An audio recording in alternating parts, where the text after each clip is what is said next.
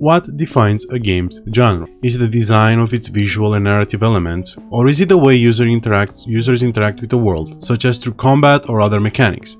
Maybe it's about how dying repeatedly in a game like Sekiro makes it a Soul-like game. Well, not exactly.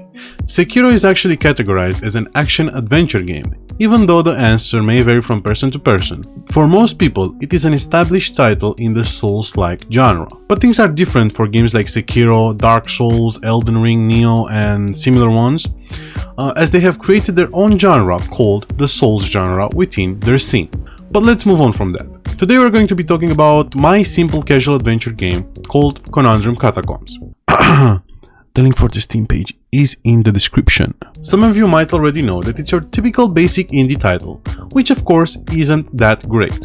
But today we're going to change that. How, you might ask? By changing the genre of the game to horror, thriller, puzzle. First, let me explain why I made this decision almost 5 whole months into development. Recently, a new platform for live streaming has been generating a lot of debate. While that doesn't matter much in my case, what's important is that it's a new platform with millions of new users joining in a short amount of time. What does that mean exactly? It means that there are many people looking for content to watch, but there's a limited number of content creators on the platform. So I decided to stream my game's development process there, as a new way to market my game and try to attract attention. Surprisingly, it actually worked out quite well. We already have about 50 followers and growing, with people coming back for more and more. Now back to the main topic. Why did I decide to turn my game into a horror one?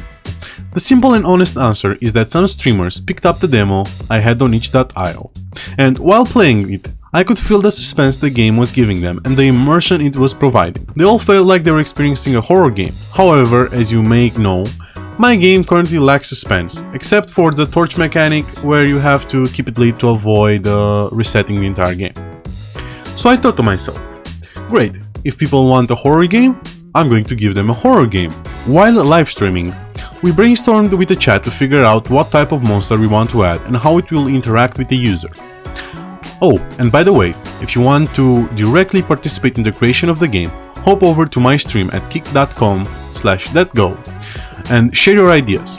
I want to make this the best possible experience for the players that will buy and play the game. Now back to the brainstorming part. After about half an hour of chatting and sharing ideas, we came up with the following concepts. A monster that tries to catch the player and decreases their torch value before the monster attacks. Warning eyes will pop up. The monster cannot kill the player, but it can decrease the torch value. The player can learn or acquire defensive spells or abilities that create barriers of light, warding off supernatural creatures. These spells can temporarily shield the player from the monster's attack or make the monster hesitate, giving the player a chance to react. The player can equip protective charms or amulets that emit a protective aura or repellent against monsters. These items can reduce the monster's ability to drain the player's torch value, or even make the player temporarily immune to the monster's attacks. The monster will follow a set path in all levels and patrol the entire area. It will only chase the player if they are within a certain radius.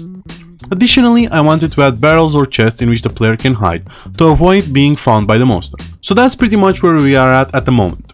We will be working on implementing all these features and brainstorming ideas for the monster live at kick.com/letgo. If you're a YouTube watcher, please share your thoughts and feedback on how you like the monster to behave and look in the comments below. If you want to support me directly on my game development journey, wishlist my game on Steam. It means a lot and it helps hugely with Steam's visibility. And as always guys, stay clear of the darkness.